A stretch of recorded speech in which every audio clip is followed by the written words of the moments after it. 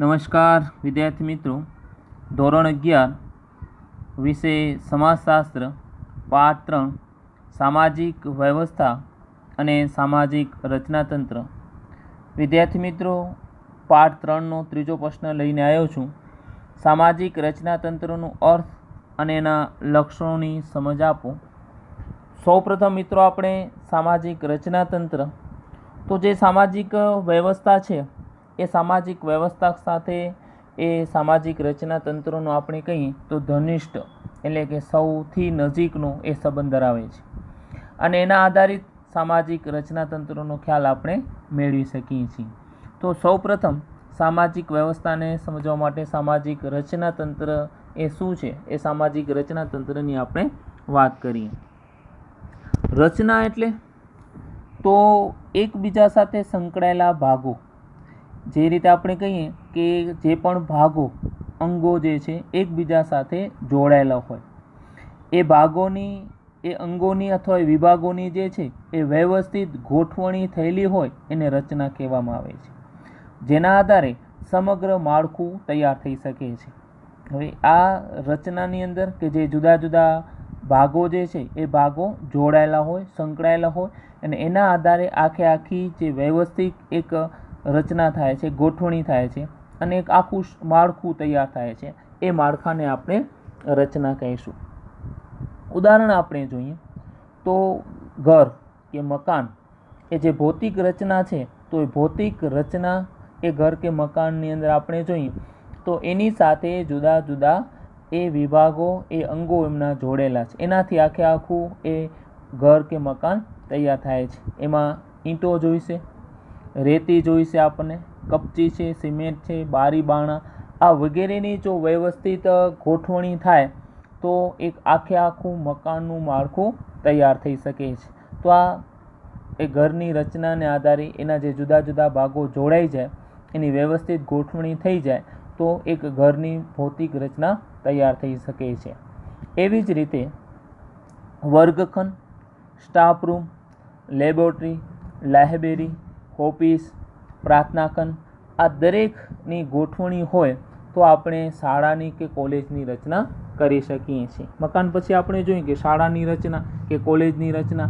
તો એ શાળા કે કોલેજની રચનાની અંદર તો વર્ગખંડ હોય, સ્ટાફ રૂમ હોય, એની અંદર લેબોરેટરી હોય, લાઇબ્રેરી હોય, ઓફિસ, પ્રાર્થનાખંડ, આ બધા જ અંગો જે છે એ શાળાના કે કોલેજના એ દરેક અંગોની વ્યવસ્થિત ગોઠવણી સાથે તૈયાર હોય, આખી ગોઠવણી થયેલી હોય તો આપણે એ શાળાની રચના કે કોલેજની રચના એટલે કે આખી શાળાનું માળખું તૈયાર થઈ શકે, કોલેજનું માળખું તૈયાર થઈ શકે છે. એટલે કે બધા જ એ અંગો જોડાઈ જાય ત્યારે એની આખી વ્યવસ્થિત ગોઠવણી થઈ જાય ત્યારે એક શાળાની રચના ગણી શકાય છે. વિદ્યાર્થી મિત્રો, રોબર્ટ મર્ટનના વિચારો એવું કહે છે, એમના વિચારોની અંદર કે સામાજિક રચનાતંત્ર એટલે તો દરજા, ભૂમિકા અને ધોરણોનું સંકુલ. જેને દરજ્જો મળ્યો હોય એ દરજાને આધારે એમની ભૂમિકા હોય અને ભૂમિકા પણ કઈ તો એમના ધોરણો, નિયમોને આધારે એ પોતાનું કાર્ય, પોતાની ભૂમિકા ભજવે છે. આ બધાનું જે સંકુલ, આ બધાની ગોઠવણી એ આપણે સામાજિક રચનાતંત્ર કહી શકીએ છીએ. કે દરજ્જો, ભૂમિકા અને ધોરણોનું જો સંકુલ હોય, એમનું જો સાથે વ્યવસ્થિત ગોઠવણ હોય તો આપણે સામાજિક રચના ગણી શકીએ છીએ. એવા જ બીજા સમાજશાસ્ત્રી વિદ્યુત જોશી, એમણે પોતાના વિચારોની અંદર કે સમાજની અંદર વ્યક્તિ દરજ્જો ધરાવે છે. એ સમાજની અંદર જે વ્યક્તિઓ જે છે, માનવ છે, એમની પાસે દરજ્જો છે, એમની પાસે હોદ્દો છે. હવે એ હોદ્દા અને દરજ્જાને આધારે એમના ઉપરથી એમની પોતાની ભૂમિકા હોય છે. એ ભૂમિકા એ ભજવે છે અને ભૂમિકાના અંદર અમુક ચોક્કસ સંબંધની અંદર, અમુક ચોક્કસ પરિસ્થિતિની અંદર એમને પોતાની ભૂમિકા ભજવવાની હોય છે. તો આ જે ભૂમિકાઓ જે છે એની વ્યવસ્થિત સામાજિક રીતે એ દરેક સંબંધોની સારી એવી ગોઠવણી, જેને આપણે કંઈ ગોઠવણી હોય તો એને આપણે સામાજિક રચના કહેવામાં આવે છે. તો અહીં જે પણ સમાજની અંદર વ્યક્તિને દરજ્જો મળે એ દરજ્જાને આધારે એ પોતાની ભૂમિકા ભજવે, એ પોતાની ભૂમિકા અદા કરે એટલે કે પોતાનું કાર્ય કરે. અને કાર્ય કઈ રીતે તો જે પણ નક્કી કરેલા જે સંબંધો અને પરિસ્થિતિને આધારે જે પણ ધોરણો નક્કી થયેલા હોય એની આધારે પોતાની એક સામાજિક વ્યવસ્થા, સામાજિક સંબંધોની સારી એવી ગોઠવણી હોય તો એને સામાજિક રચના કહી શકાય છે. તો આ રીતે સામાજિક માળખું એક મૃત ઘટના ગણી શકાય છે કે જેની અંદર જુદા જુદા એકમો જે છે તો એકમોની અંદર સમૂહની રચના, સંસ્થાની રચના, સંગઠનની રચના, મંડળોની, આ બધાનો સમાવેશ એ સામાજિક માળખાની અંદર જે જુદા જુદા એકમો જે છે, સમૂહ રચના, સંસ્થા, સંગઠન, મંડળોનું જે સમાવેશ જે છે એની અંદર કરી શકાય છે. હવે જો સમાજની અંદર જે છે એ વ્યક્તિ જે છે એકબીજા સાથે જોડાયેલો હોય છે અને એના આધારે જે પણ નક્કી કરેલી પોતાની પદ્ધતિ પ્રમાણે એના કાર્યનું એ કાર્ય કરે છે. એટલે કે વ્યક્તિ જે છે પોતે જે સામાજિક દરજ્જો એટલે કે સમાજની અંદર પોતાને જે દરજ્જો મળે છે એ દરજ્જાને આધારે એકબીજા સાથે જોડાયેલો હોય છે અને જોડાવાને કારણે એ પોતાની ભૂમિકા અદા કરે છે જે પણ નિયમો ધોરણોને આધારે. તો આ રીતે આપણે કહી શકીએ એક સામાજિક માળખાની અંદર રૂપાંતરિત થઈ શકે, એટલે કે આખું સામાજિક માળખું તૈયાર થઈ શકે છે. તો આ રીતે જે પણ એકમોમાં સમૂહની રચના, સંગઠનો, મંડળોની રચના, તો એની અંદર જે પણ સમાજની વ્યક્તિ એટલે કે મંડળ છે તો મંડળની અંદર જે પણ સમાજની અંદર જે સમાજનું મંડળ છે તો એ વ્યક્તિને એમને એક હોદ્દો મળે, દરજ્જો મળે છે. એ દરજ્જાને આધારે પોતાની ભૂમિકા ભજવવાની હોય છે અને ભૂમિકા પણ એ પોતાના જે પણ નિયમો કે ધોરણ હોય એના આધારે કાર્ય કરે છે. પોતાની જે પ્રણાલિકા, જે પદ્ધતિ જે છે એ પોતે વિકસાવે છે. તો આ રીતે જે પણ વ્યક્તિ સમાજની અંદર જે દરજ્જાઓ એ દરજ્જાને કારણે એકબીજા લોકો સાથે જોડાયેલો હોય છે અને આ રીતે એક સામાજિક માળખાની અંદર એ રૂપાંતરિત થઈ શકે છે. ઉદાહરણ આપણે જોઈએ કે કુટુંબ છે તો કુટુંબ એક સામાજિક રચના એટલે કે કુટુંબની રચના. તો સમાજની અંદર જે કુટુંબની રચના છે જેની અંદર આપણે જોઈશું તો માતા પિતા, પતિ પત્ની, પુત્ર અને પુત્રી, આ જે સંબંધો જે છે એ વ્યવસ્થિત રીતે ગોઠવાયેલા હોય છે. તો આના આધારે આપણે એક કુટુંબની રચના, સમાજની અંદર કુટુંબની રચના કરી શકીએ કે એના જે અંગો છે તો માતા પિતા છે, પતિ પત્ની છે, પુત્ર પુત્રીઓ જે છે, એટલે એ બધાના જે સંબંધો જે છે વ્યવસ્થિત રીતે ગોઠવેલા હોય તો એ કુટુંબની રચના તૈયાર થઈ શકે. એ કુટુંબનું રચના, એ કુટુંબનું માળખું બની શકે છે. એવી જ રીતે આપણે વાત કરીએ કે ગામ સમુદાય, તો ગામ સમુદાયની એવી રચના છે. એક ગામડું છે તો એ ગામડાઓની અંદર જુદી જુદી જ્ઞાતિના લોકો, એની અંદર પેટા જ્ઞાતિના લોકો, જુદા જુદા ધર્મના લોકો, જુદી જુદી વ્યવસાયો, જુદી જુદી સંસ્કૃતિ, જે તહેવારો, પ્રસંગો, આ દરેક જે પણ અંગો જે છે એ પોતાના સંબંધો સાથે દરેક જ્ઞાતિ, પેટા જ્ઞાતિ, ધર્મના લોકો એકબીજા સાથે જોડાયેલા હોય છે, સંકળાયેલા હોય છે. તો આ રીતે એ જે પણ સામાજિક રચના એટલે કે ગામ સમુદાયની રચના તૈયાર થઈ શકે છે. તો વિદ્યાર્થી મિત્રો, આપણે જે સામાજિક રચનાનો અર્થ અને સામાજિક રચનાની જે વાત કરી કે જે આપણા શરીરની અંદર પણ આપણે જોઈએ છીએ કે આપણા શરીરના જે જુદા જુદા અંગો જે છે એ અંગોની ગોઠવણી જે છે એ ગોઠવણીને કારણે જ એક આખી આપણી શરીરની રચના તૈયાર થઈ શકે છે અને એના આધારે જ એક શરીર વ્યવસ્થિત રીતે એ અંગોના માધ્યમથી એ પોતાનું કાર્ય કરી શકે છે. તો આ રીતે એ જે પણ સામાજિક વ્યવસ્થાની અંદર જે સામાજિક રચનાનું માળખું એ તૈયાર થઈ શકે છે. તો આ અર્થ અને વ્યાખ્યાની વાત. એ પછી આપણે જે વાત કરીશું સામાજિક રચનાતંત્રના લક્ષણો. સામાજિક રચનાતંત્રના લક્ષણોની અંદર પહેલું જ લક્ષણ જે છે સામાજિક દરજ્જાઓનો સમૂહ. વિદ્યાર્થી મિત્રો, અહીં દરજ્જાની વાત, જે સમાજની અંદર જે પણ લોકોને દરજ્જો મળે છે, હોદ્દો મળે છે, એમને જે પણ સત્તા મળે છે તો એ સમૂહની અંદર એ દરજ્જા પ્રમાણે, સત્તા પ્રમાણે પોતાનું કાર્ય કરે છે.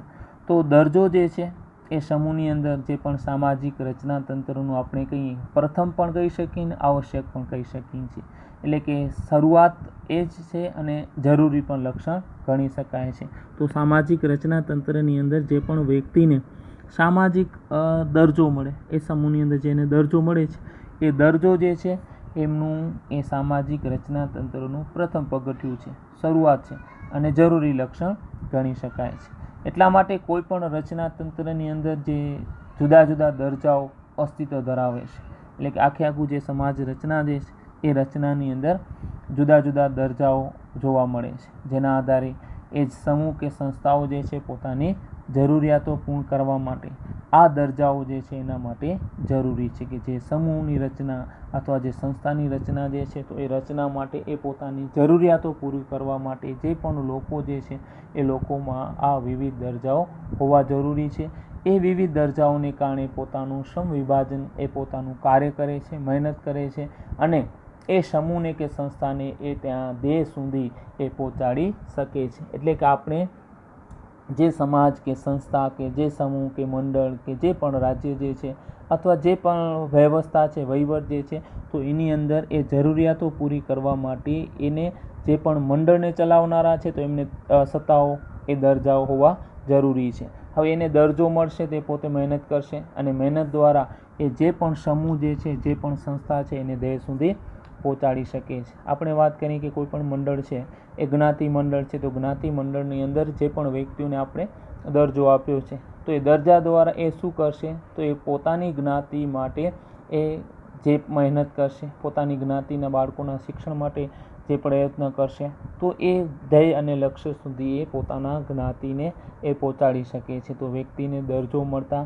એ સમ વિભાજન દ્વારા એ સમૂહ કે સ્થાનને કોઈ પણ સંસ્થાને એ ધ્યેય સુધી એ પહોંચાડી શકે છે, એ મહેનત કરે છે. ઉદાહરણ રીતે આપણે જોઈએ આચાર્ય છે તો આચાર્યનો દરજ્જો જે છે તો એ શાળા માટે એ જરૂરી છે.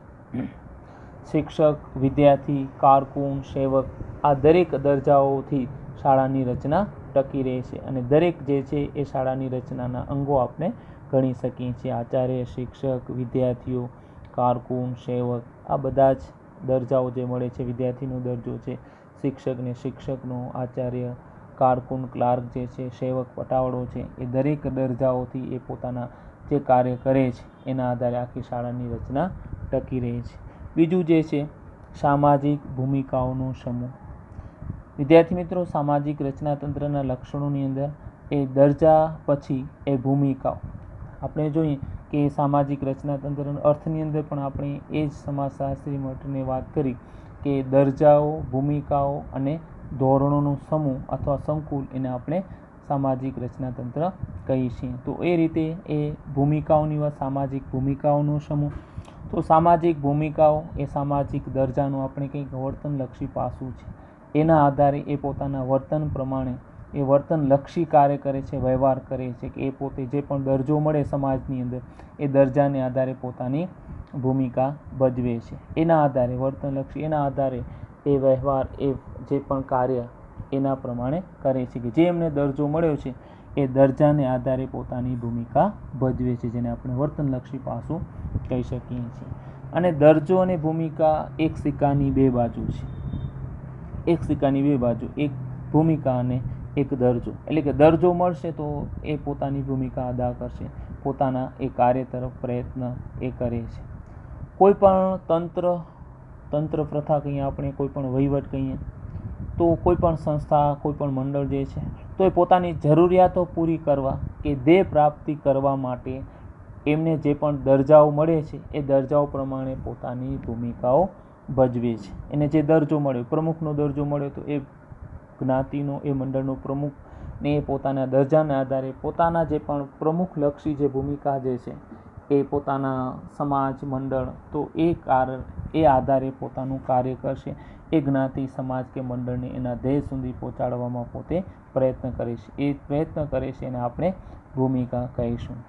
ઉદાહરણ આપણે જોઈએ કે શાળાની અંદર આચાર્ય છે તો આચાર્યને એને દરજ્જો મળ્યો તો એ દરજાને આધારે આચાર્ય હવે શું કરશે તો પોતાની ભૂમિકા અદા કરશે, તો એ પૂરેપૂરું શાળાનું સંચાલન કાર્ય કરી શકે છે. એવી રીતે આપણે શિક્ષક જોઈએ તો શિક્ષકને દરજ્જો મળ્યો તો એ દરજાને આધારે હવે એમની ભૂમિકા શું છે તો વિદ્યાર્થીને ભણાવવું, શિક્ષણ કાર્ય કરવું એમની ભૂમિકા કરે છે અને એ ધ્યેય લક્ષ્ય સુધી પહોંચે છે. કારકુન છે, ક્લાર્ક જેને આપણે કહીએ છીએ તો એમને દરજાને આધારે એ પોતાનું વહીવટનું કાર્ય કરે છે. અને વિદ્યાર્થીને દરજ્જો મળે છે તો વિદ્યાર્થીના દરજાને આધારે સમાજની અંદર એ પણ પોતાની અભ્યાસને લગતી, પોતાને શિક્ષણ પ્રાપ્ત કરવાની જે પણ ભૂમિકા જે છે એ ભૂમિકા ભજવતો હોય છે. તો આ રીતે દરજ્જો અને ભૂમિકા એક સિક્કાની બે બાજુ છે. જે રીતે આપણે દરજ્જો મળે છે એ દરજાને આધારે આપણે આપણી ભૂમિકા ભજવીએ છીએ, ભૂમિકા પૂર્ણ કરી શકીએ છીએ. અને વિદ્યાર્થી મિત્રો, ત્રીજું લક્ષણ જે છે સામાજિક ધોરણો. સામાજિક રચના તંત્રને આપણે કાર્યાન્વિત રાખવા, એટલે કે એને કાર્યમાં રાખવા અથવા એની વ્યવસ્થાને ચલાવવા, એ સતત કાર્યમાં ઘડવાયેલો રહે, કાર્ય ચાલુ રાખે, તો એના માટે ધોરણો હોવા જરૂરી છે. એટલે કે સામાજિક રચનાને, માળખાને ટકાવી રાખવા માટે કે સમાજની અંદર જે કાર્ય કરવા માટે એ સતત પ્રયત્ન કરતો રહે, સતત પોતાના કાર્ય કરતો રહે, પોતાની ભૂમિકા ભજવતો રહે, તેના માટે સામાજિક ધોરણો હોવા જરૂરી છે. આ ધોરણો શું કરે છે? તો કોઈ પણ વ્યક્તિ છે, કોઈ પણ જૂથ છે, સમૂહ છે, રાજ્યના વહીવટકર્તાઓ છે, કોઈ પણ એ પોતાના દરજાને અનુરૂપ પોતાની ભૂમિકા કઈ રીતે ભજવી, કેટલા પ્રમાણમાં નિયમોમાં રહેવું, એ પૂરેપૂરું એમને માર્ગદર્શન આપે છે. એટલે કે એના આધારે ભૂમિકા કઈ રીતે ભજવી એ અંગેનું માર્ગદર્શન જે છે તો એમને ધોરણો આપે છે, નિયમો આપે છે. કોઈ પણ ક્ષેત્રની અંદર એ કયા રીતે રહેવું, આપણે કઈ રીતે પોતાનું ભૂમિકા ભજવી. દરજ્જો મળી ગયો, દરજ્જા મળ્યા પછી એમને પોતાની ભૂમિકા ભજવવાની છે. હવે પોતાનું ભૂમિકા એટલે કે પોતાનું જે કાર્ય કરે છે, હવે કાર્ય કઈ રીતે કરશે તેના માટેના ધોરણો નક્કી હોય છે, નિયમો નક્કી હોય છે. નિયમોને આધારે પોતાનું કાર્ય કરી શકે છે. શાળાના સંચાલનની અંદર જે આચાર્યશ્રી છે તો એ પોતાનું જે પણ ભૂમિકા ભજવી હોય તો એ ભૂમિકા ભજવવા માટે એમને જે પણ નિયમો નક્કી થયેલા હોય એ નિયમો પ્રમાણે એ પોતાનું એ કાર્ય કરે છે, પોતાની ભૂમિકા ભજવે છે. એટલે કે એને ભૂમિકા ભજવવા માટેને યોગ્ય માર્ગદર્શન પણ હોવું જરૂરી છે. આ ઉપરાંત વિદ્યાર્થી મિત્રો, ધોરણો સામાજિક રચનાતંત્રની અંદર